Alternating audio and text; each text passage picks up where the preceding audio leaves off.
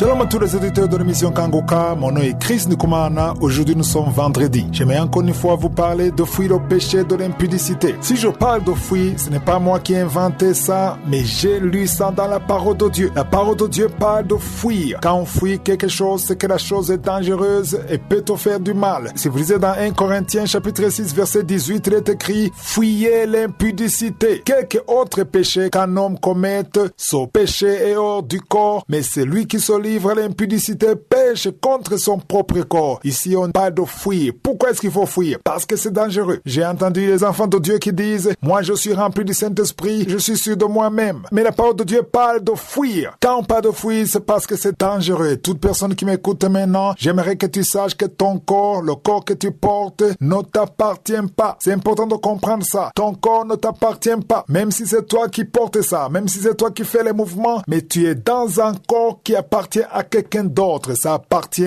à Dieu, le Créateur. C'est comme quelqu'un qui loue une maison, parce que la parole de Dieu dit que le corps que nous portons, c'est la maison du Saint-Esprit ou la maison de Dieu. C'est ce qui est écrit au verset 19. 1 Corinthiens chapitre 6, verset 19. Il est dit: ne savez-vous pas que votre corps est le temple du Saint-Esprit qui est en vous, que vous avez reçu de Dieu et que vous ne vous appartenez point à vous-même. J'aime beaucoup la dernière partie qui dit: vous ne vous appartenez point à vous-même. Toi qui m'écoutes, que tu sois un homme ou une femme, tu ne t'appartiens pas à toi-même. Tu appartiens à quelqu'un d'autre. Le corps que tu portes, c'est une maison de quelqu'un d'autre. C'est la maison de Dieu. C'est la maison du Saint-Esprit. En d'autres mots, nous sommes des locataires. Nous louons. C'est comme quelqu'un qui m'écoute qui loue une maison. Si tu loues une maison, c'est que la maison où tu habites, c'est ta maison. Tu as les clés, tu as tout, mais ça ne t'appartient pas. Il y a beaucoup de choses que tu peux pas faire de cette maison. Tu peux pas changer la couleur de la peinture sans contacter le propriétaire de la maison. Tu peux pas transformer cette maison. Une grande chambre, tu peux pas la diviser en deux sans l'accord du propriétaire de la maison. Tout ce que tu peux faire qui change la forme de la maison, tu dois contacter le propriétaire de la maison. C'est lui qui peut te dire oui ou non. Tu dois te conformer à sa volonté parce que tu es là. Il te prête cette maison. Tu le paies, oui, il te prête cette maison temporairement. Il peut même changer. Il peut briser le contrat. Il peut dire: je veux ma maison. À tout moment. Ça ne t'appartient pas. Ça appartient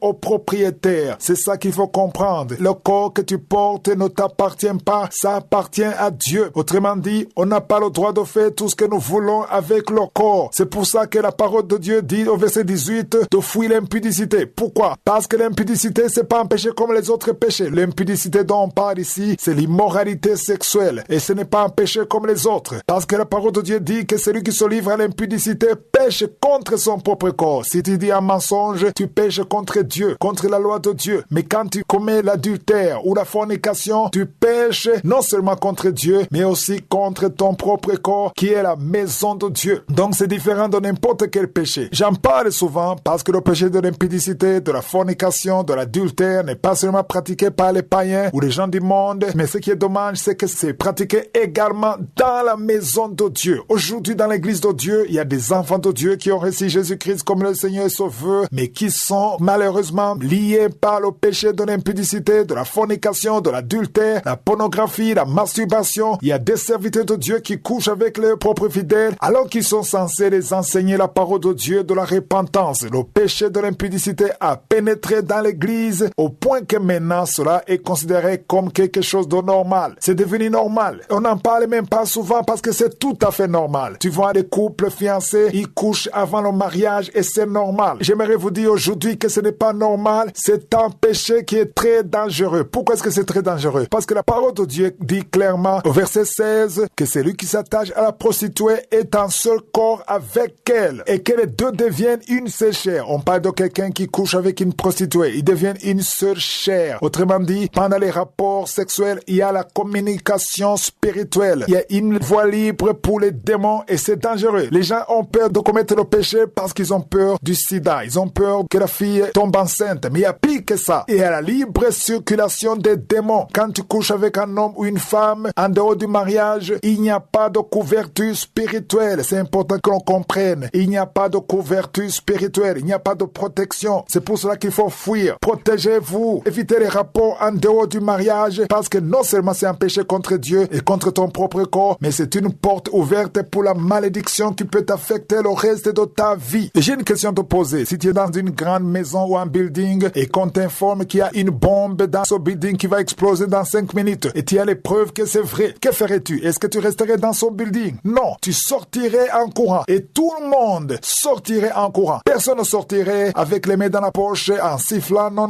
Tout le monde va fuir pour sauver sa vie. Donc maintenant, quand tu comprends le danger de ce que je te dis, tu vas fuir l'impudicité, tu vas fuir la fornication, l'adultère, tu vas garder, assujettir ton corps, tu vas contrôler ton corps parce que tu veux la grâce de Dieu, l'assistance de Dieu. Si tu veux la repentance, mets-toi à genoux et accepte Jésus comme ton Seigneur et ton Sauveur. Si tu veux l'assistance dans serviteur de Dieu, appelle au plus 257 76 57 79 65. Pour ceux qui résident aux États-Unis ou au Canada, vous pouvez appeler au 613 462 93 52.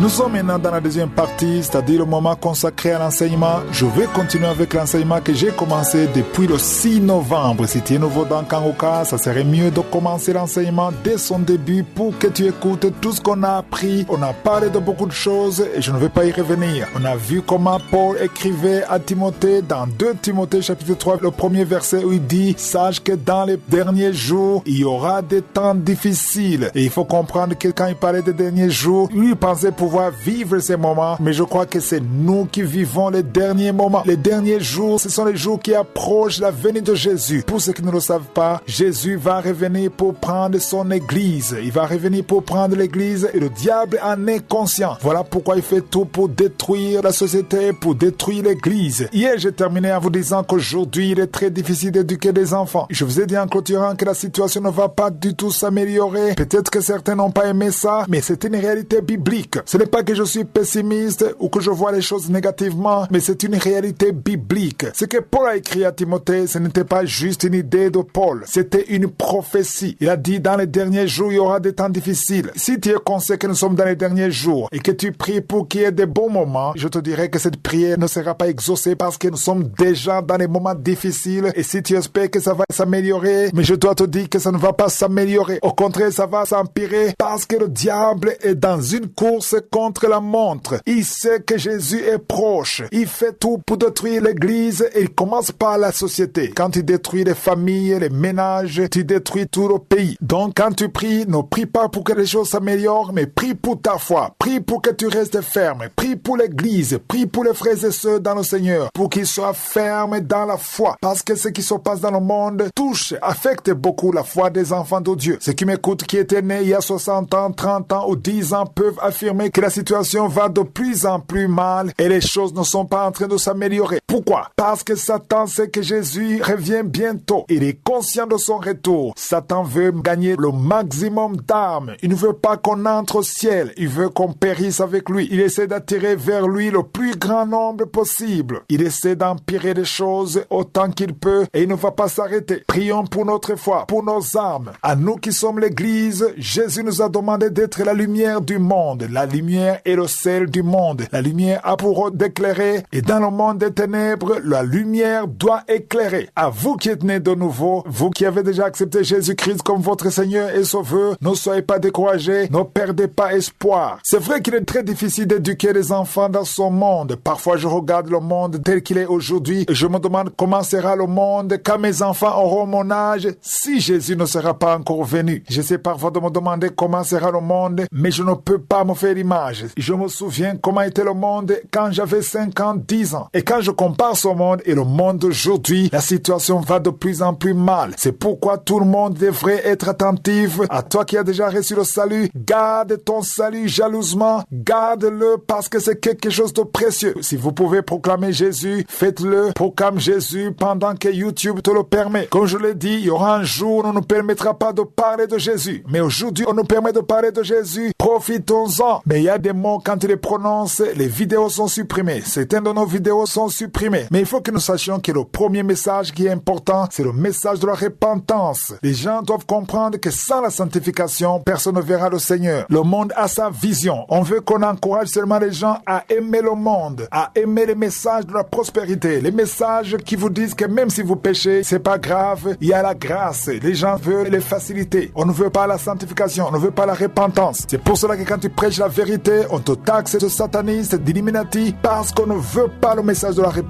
Lundi prochain, je vais commencer à vous parler de faux prophètes. Ils sont nombreux aujourd'hui dans les derniers jours. Je vous rappelle également que demain c'est le jour consacré à la prière pour les malades. Que Jésus vous bénisse. Passez un excellent week-end.